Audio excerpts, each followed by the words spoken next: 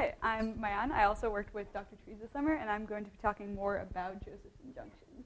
So ZJ talked a lot about our numerical approach. That was really useful for just getting a really quick picture of the system, and being able to perform numerical experiments was let us make some really useful inferences. But with an analytic approach, we don't have to make inferences. We can draw some really direct conclusions and see what's kind of going on in the background with our equations. So analytic or numerical, this is the model that we use to describe the physics of a Josephson junction. It's called the RCSJ model, and that stands for resistively and capacitively shunted junction model. And so here's our junction. We have a bias current coming in one side and going out the other. And the model treats the junction as if it were made up of these three semi-classical circuit elements, or three channels for current. The first channel is the superconducting channel. That's the channel that all the current goes through when you have the bias current less than the critical current. So no voltage drop in that case. But when you have the bias current greater than the critical current, you get a voltage drop, and the current will go through all three of the channels. So in this case, you can describe the superconducting current by this formula here, which depends on the critical current as well as the sign of phi, which is the Josephson phase. The next channel is the resistive channel. That's just your regular V over R classical relationship. But it's semi-classical because we use this superconducting voltage. And then you get this expression. The third channel is a displacement current, or the superconducting channel. The capacitive channel. And that's your capacitance times time derivative of voltage. Again, use that superconducting voltage, and you get an expression for the displacement current. So using conservation of charge, you have your bias current is equal to the sum of the currents of these channels, each of which has a particular characteristic quantity, the capacitance, the resistance, and the critical current. And that describes the flow of charge through a single junction. So we had the ladder array, and then this plaquette is a single unit of the ladder array. And we just want to stick to this basic unit to get as much understanding as possible without complicating things. So the first thing we do is we consider the Josephson phases across the junctions. Those are in red. And then we use that RCSJ model and apply conservation of charge at the nodes, which are the corners. And finally, we get some dimensionless nonlinear differential coupled equations. To recap, we're interested in what happens with a magnetic field. So that's your magnetic field there. A is the dimension of the plaquette. And we get a term delta F, and we just put that in there. That's proportional to the magnetic field. So we have some dimensionless quantities that will get rid of our units and let us simplify our equations, make them easier to work with. Alpha and IB were already mentioned, but delta IC is that difference of the horizontal junction's critical currents divided by the average of their critical currents. And our dimensionless time tau is our regular time t divided by this group of constants that actually has units of time. And R here is the average of the resistance of the horizontal junctions, critical currents. The horizontal junctions. Since our equations are pretty complex at this point and nonlinear, not easy to solve analytically. So we use something called perturbation theory to help us out. That says you can write a solution y. Y in this case just stands in for any of those Josephson phases, phi 1, phi 2, or psi 1, and expand that as a power series in the order of a small quantity epsilon. Here we use 1 over IB, and that's because if you remember, the AC voltage only appears when IB is greater than 1. That's the only case we're interested in, so 1 over IB is always going to be a small quantity. Basically, to sum up a couple dozen pages of work, we separate our equations into kind of boxes in orders of epsilon and use those to solve for the different parts of our expanded solution. So we can construct 3 first-order differential equations now, 1 for each of the phases. But really, we're interested in the difference of these 2 horizontal phases. That's where the synchronization is going to take place. So we define this new variable delta, which is the difference, phi 1 minus phi 2. And then we just call this psi 1 plain psi. And now we have an average system of equations. You can see here that these equations are coupled. There's a delta and a psi appearing in each one of them. And you can also see why alpha is called the coupling constant. If you set alpha to 0, then the equations will decouple. This one is very trivially solved as a function of time, and also the second one will only depend on itself and time.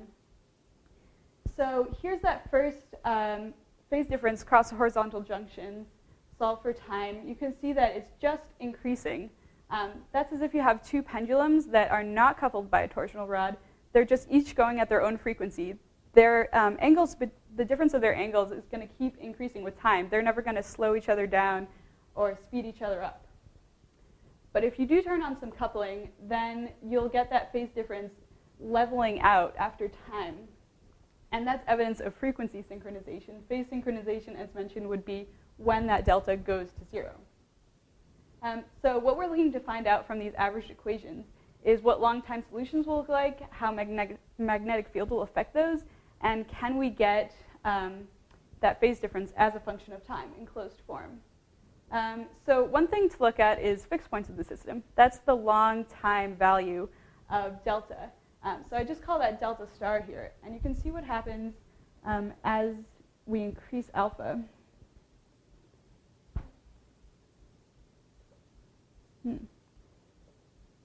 OK, well, it was going to be a video, but I guess not. So you would see that line moving down the screen. As you increase alpha, that final fixed value is going to decrease. And you can see it here as well. As you increase alpha, delta star decreases really quickly at first, and then it slows down and asymptotically approaches 0, or approaches phase synchronization. So to take a closer look, we take our averaged equations from before, and we make an approximation that says alpha is large compared to 1.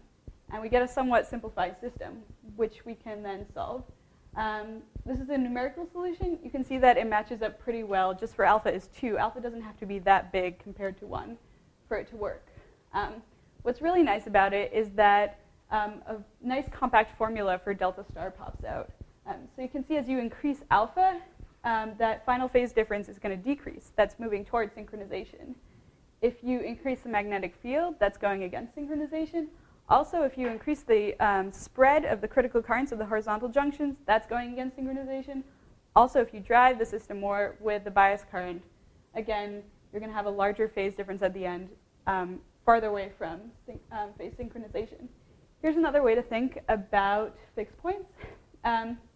Along this axis, we have the horizontal phase difference, and over here, the vertical phase. And you can think of this as a map of initial conditions, or initial points. So you choose a delta and a psi, and as you move along the arrows, that takes you on your path in time. And ultimately, wherever you start out, you're going to end up at that fixed point.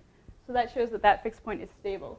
You can see some arrows over here that are headed to a different point, but that's just a point 2 pi away, and in terms of phases, it's the same thing. So the real question is, can we find a time-dependent solution? So yes, we can, actually. It's really nice.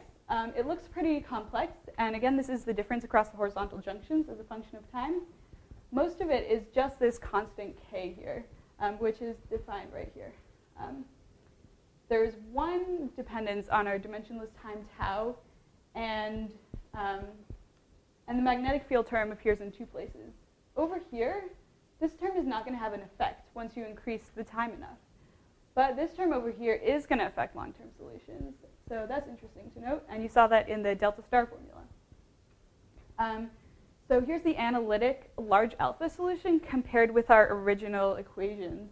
You can see for alpha being small, it doesn't match up really well, but a really large alpha does really nicely. Finally, what happens if once you get your junctions in sync, you disturb them a little bit? So that's our delta is our delta solved plus this tiny disturbance delta delta. You can get a differential equation for that and then solve for that disturbance as a function of time. It's exponential, and the sign of this coefficient lambda is really important. If it's positive, then your disturbance is going to grow in time. If it's negative, it's going to decay in time. It turns out that it's negative, which is really good, because if you disturb the system, it's going to go back to synchronization. And if you let alpha go really large, this will go to a limit of -1, and you'll just get this trivial exponential decay.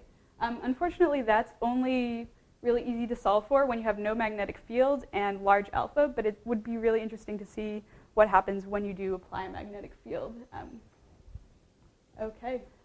So in summary, we get a little bit more detailed understanding of synchronization by using analytic methods, and they align really well with our numerical work, which is good to see. Thank you to NSF, Dr. Trees, and ZJ. Thanks. Do you have any questions?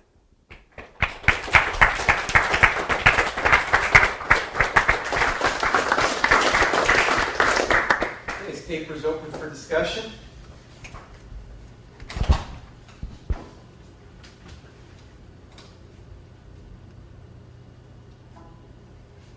Yeah.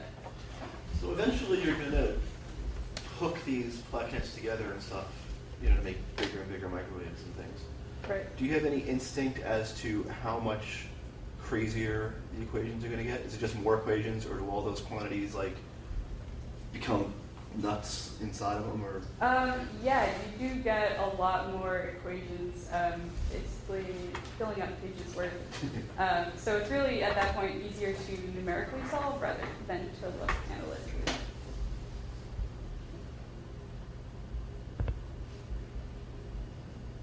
Yeah. Could you please put up your equivalent circuit diagram, one with the capacitor, resistor, critical current?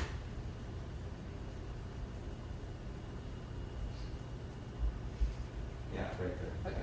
So, just looking at that from an electronics perspective, I would guess that the system, the behavior of that system depends strongly on frequency, right? Because the impedance of that capacitance changes the frequency. So, could you comment on that, or how that plays a role in this? I don't think I would be able to say much of it. But we're always biasing with a DC current. Oh, okay. So, always. Oh, Always. It doesn't mean you couldn't bias it with AC, But the idea of the Josephson junction is that it takes DC and converts to AC.